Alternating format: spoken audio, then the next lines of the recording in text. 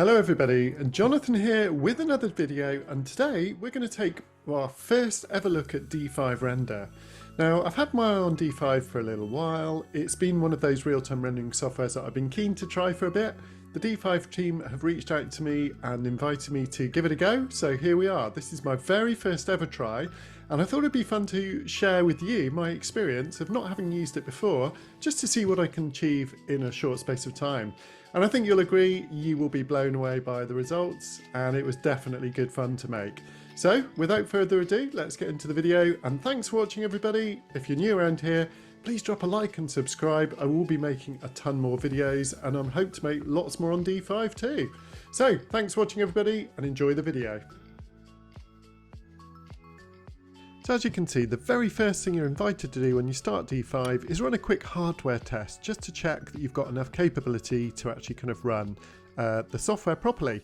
Now I'm running a 2080 Ti from a couple of years ago with good RTX ray tracing capability. I've got a good processor, so yeah, no problem. I'm going to be fine with this computer, and the little test sort of did show up that as well.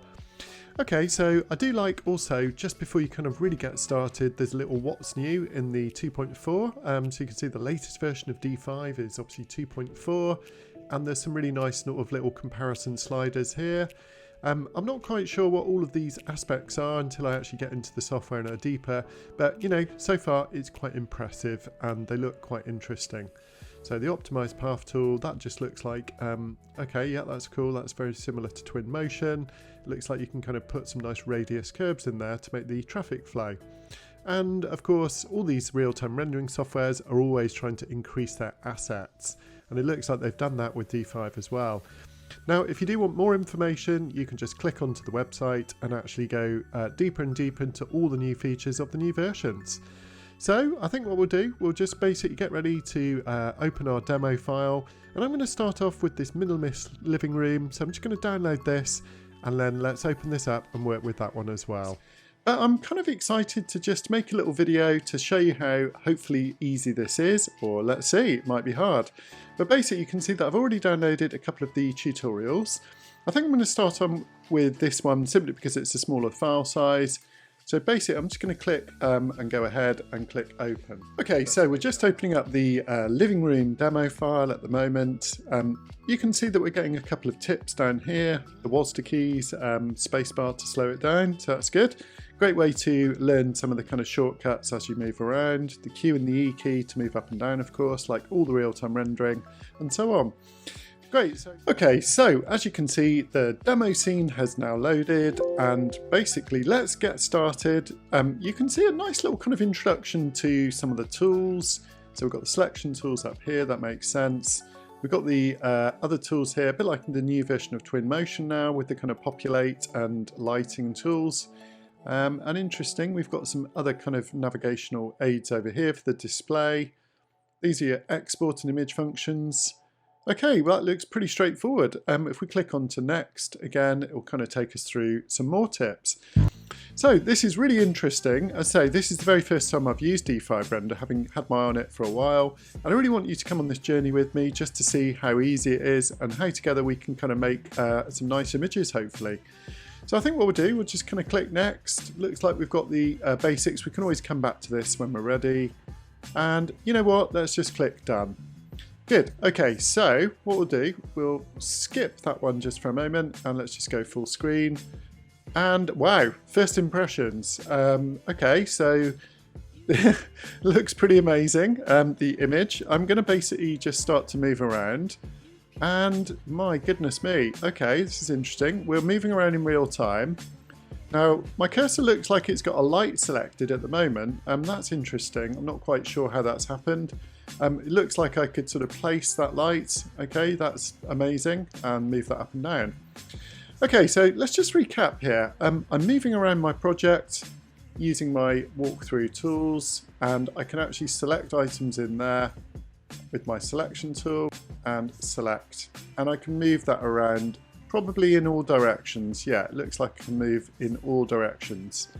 What I'm already seeing from D5 Render is a really nice quality of rendering directly in the viewport. Okay, so now let's kind of carry on navigating around a little bit. It's really quite powerful GI, global illumination. And you know, the quality of the preview on screen is very, very, very nice. You can see these reflections now. What happens is, as I move around, they obviously kind of fade out and then take another second or so to re-render. So I'm just kind of going to have a look out this window. You can see, I think it's a progressive rendering. It's sort of catching up. We've got some reflections here. Little interesting kind of line there. I'm not quite sure what that is caused by.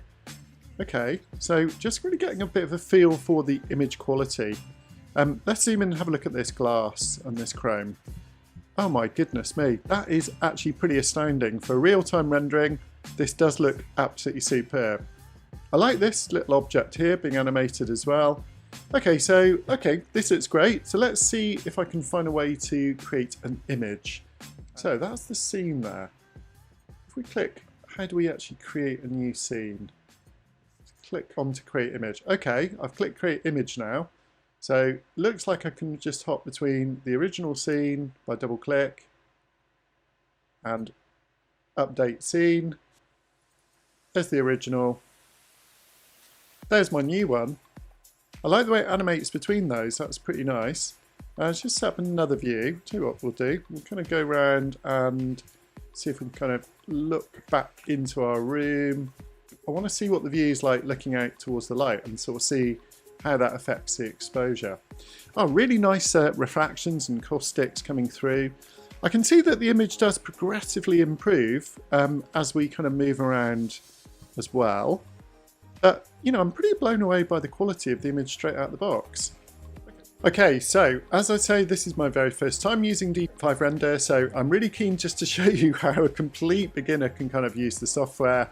And this is fun. I'm basically just playing around with the exposure level of my image here, and that's cool. You've got the field of view that you can adjust. I like the way you can actually type numbers in here. I think that's actually cool. I really do like that. Also the focal length again, obviously you can adjust those two things as well. Depth of field, that looks like you can click to apply the depth of field, and then what you do is you click set focus. So let's set the focus on something quite close in the scene. You see we've got a nice bit of blurring there in the background, as you would expect. And it looks like then you can adjust that sort of focus level. Yeah, that's nice. Wow. Yeah, okay, that's very interactive and really easy to see. Okay, that's cool. Here we've got perspective, so that won't make much difference in this sort of shallow view, so 2-point and 1-point perspective. We've also got the other set views, which we'll come back to in a minute. Okay, so that is cool. If we go to display, it looks like here we've got kind of different things where we can kind of turn on and off different assets. We've got different sort of shading modes, a preview mode like smooth, and I guess this is sort of for navigating around in real time, you know, super smooth on big scenes. Okay, so I understand that. Let's go back to, okay, this is cool. So when you're ready, you can actually render a preview. So you can be navigating around in smooth view quite rapidly, render the preview, and then it looks like as soon as you kind of click move, so there we go, just sort of set that scene up. I just want to have a quick preview, off I go into my display, and I could do that with a shortcut as well. Well, we're learning shortcuts, as you know, for all these things. Okay, so you can see I've managed to save that particular view, and again, it actually saves it with the different sort of render styles. So if I go back to my precision rendering, precise quality, which is obviously the closer final preview, tell you what, let's pop in and also turn off the depth of field. And basically I can click update, I would imagine, on that image. Yeah, that's cool. I like the way that I can also move these around and adapt. So, you know, you can see I can revisit my starting scene. I've got scene 2, which is my next image. That was that sort of close-up one. That's cool. Okay, you can see the global illumination. It basically renders and then progressively improves. Look at the reflections and stuff though. Really amazing, actually. It looks great. They've done a really good job. This is very similar to Enscape in terms of the rendering. Okay, so what else can we do? Let's have a look at how we can actually vary the environment outside. So here's the environment here. Basically, I can kind of slide that through. Now, that probably won't make a lot of difference for this particular image, I would doubt.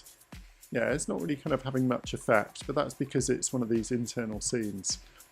So what do I think so far? I'm pretty impressed by the quality of the image I'm seeing. I do like the preview. I think that's excellent.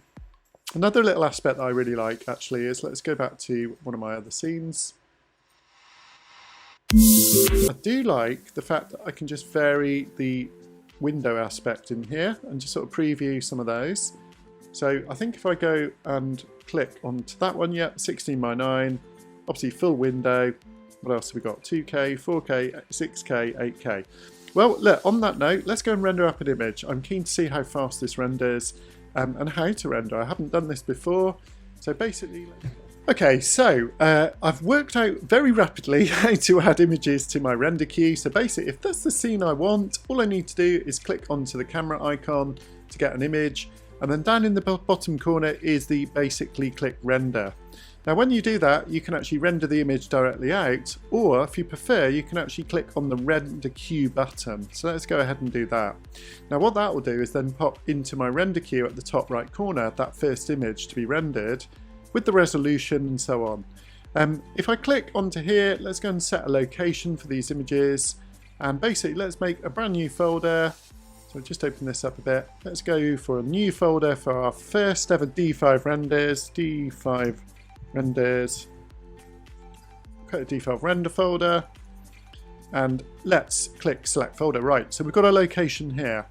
Okay, so without any further ado, I think I'm going to basically click and start the rendering. Let's go for it. Let's close that down and just click start. Okay, let's just pop out with render. Let's go down to our D5 render and let's save the image. Okay, so we can see here's my first ever time rendering an initial image with D5, and just see how long this actually takes to progress. It'd be quite interesting.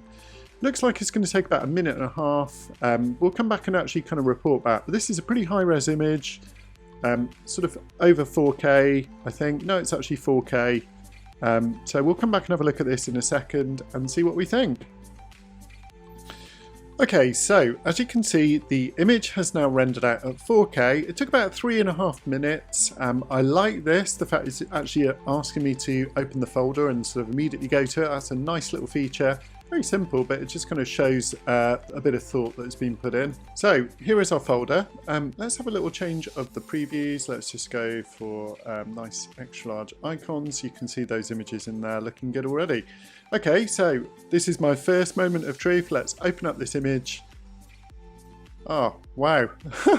I'm pretty blown away by the image quality. Now this looks absolutely incredible. The global illumination looks stunning. Love these reflections on the ceiling. I like these very subtle lights. Gorgeous reflections in the chrome. Things like the caustics and the reflectivity and the transparencies of these glass areas look amazing. You know, look, it's a very nice scene. This is a demo scene provided by D5. It's going to look good, of course. This is what they want, but it does look absolutely incredible. If I go through, you'll see one other thing I like about D5 is you do actually get all these other images. So you've got the kind of ambient occlusion. That's really cool. I like that. You've got the material ID, so this makes it easy for you to go into Photoshop and select certain materials and modify hues and saturations. That's nice. The reflection map, definitely interesting to see where the reflections are coming in or not. Sky mask, not a lot going on there. And transparency masks as well. So very nice. Oh, finally we've got a depth mask. So that's actually very cool. So, you know, you get all of those images out of D5, and that was something that I would definitely like to see in Twinmotion before too long, the ability to render out these different maps. Okay, so let's close this. Let's get back into our views and let's have a look at one or two of our other views. I'm keen to kind of render this one out. I love the fact that you can basically change the proportions here. So let's go and render out a kind of square image. Let me kind of pan back a bit here. So use my S key, just going to kind of frame up that whole section there. Okay, so let's just frame up this particular image that we like the look of. Let's refresh and click update, so that's now saved. And let's add it to our render queue. I'm going to go and check in the render queue. Okay, we've already got a few images there. Looks like it's reporting back that some of these are pending. Okay, I don't think we need that one anymore. Oh, I see, this is interesting. Okay, so that was the first one. There's our second one, and we can basically just put a tick against the ones we want and render. Okay, so this is actually very nice. Batch rendering. Auto close after rendering finishes. Again, we can save that location there. Okay, that's pretty cool. Okay, so what I'm going to go and do is actually set up a number of scenes. and do a little bit of batch rendering. I'm keen also to do an 8K image as well. Okay, so let's go through to our other image that we had. Let's go back to 16:9 and just sort of pan around in real time. So guys, what do you think? I'm very impressed by the sort of real-time rendering nature of the viewport. I like the clarity of the interface so far. The bit that I won't be doing so much in today's video is basically discovering how to actually import scenes and build them. That's something I'm going to save for my next video. This was really just about my very first impressions of kind of getting into the software with no real experience and just sort of seeing how I could actually basically create a few simple images. Let's do that. Let's go back over here and plus that image. Okay, so that's now saved. Excellent. We can now basically go in and choose different file sizes. Let's go for a 4K, and I think we'll go, let's choose 4:3 or window. Let's just do the whole window actually. Yep, that's good. So we'll update that image. Let's go now to add to render queue. Excellent, that's all looking good. So what, we won't do the channels on that one. We'll just turn those channels off. That's how you can actually access all the channels down there. Very straightforward. Again, I do quite like the fact you've actually got the ability to quickly revisit the image here and just sort of update it as well. Panoramas, okay, so there's all sorts going on down here. There's loads more things for me to explore when I'm ready. Let's just double click back to that scene there. Okay, let's go for it. So I'm going to render out some of these images and let's review these at the end of the video. But basically, look, I hope you enjoyed this initial tutorial with me. It was really just to look at the image quality, a little touch on the interface, and my very, very first time ever using D5 Render. But I will say I'm super impressed, and it's made me want to spend a lot more time to kind of dig into this interface and just see all the other things that we can do. So let's go ahead and render these images here. You can see I can just do a little batch render. Got a couple set up, that's cool. And basically, let's go for it. Let's render those out. And it looks like it'll basically just work through one at a time, rendering those up for me in the batch queue. So if you like the look of what you see on D5 Render, please make sure you like and subscribe. I'll be doing a lot more videos on D5 and all the real-time rendering software that I can get my hands on. I've got a new PC coming very soon with a 4070 Ti graphics card, which is basically just going to blow the real-time rendering away. It's going to be very powerful. But yeah, I'm really excited about this new journey into new real-time rendering software. As you know, I love Twinmotion, I love Enscape. Looking forward to discovering what D5 has to offer on top as well. So I think in my next video, I'll do a kind of import and export from my CAD software and just sort of take it through the process of actually creating renders from scratch in D5. But yeah, thanks for joining everybody. I hope you enjoyed this initial video just to look at D5 from a kind of beginner's point of view. Thanks for watching everybody. See you in the next video. Bye bye.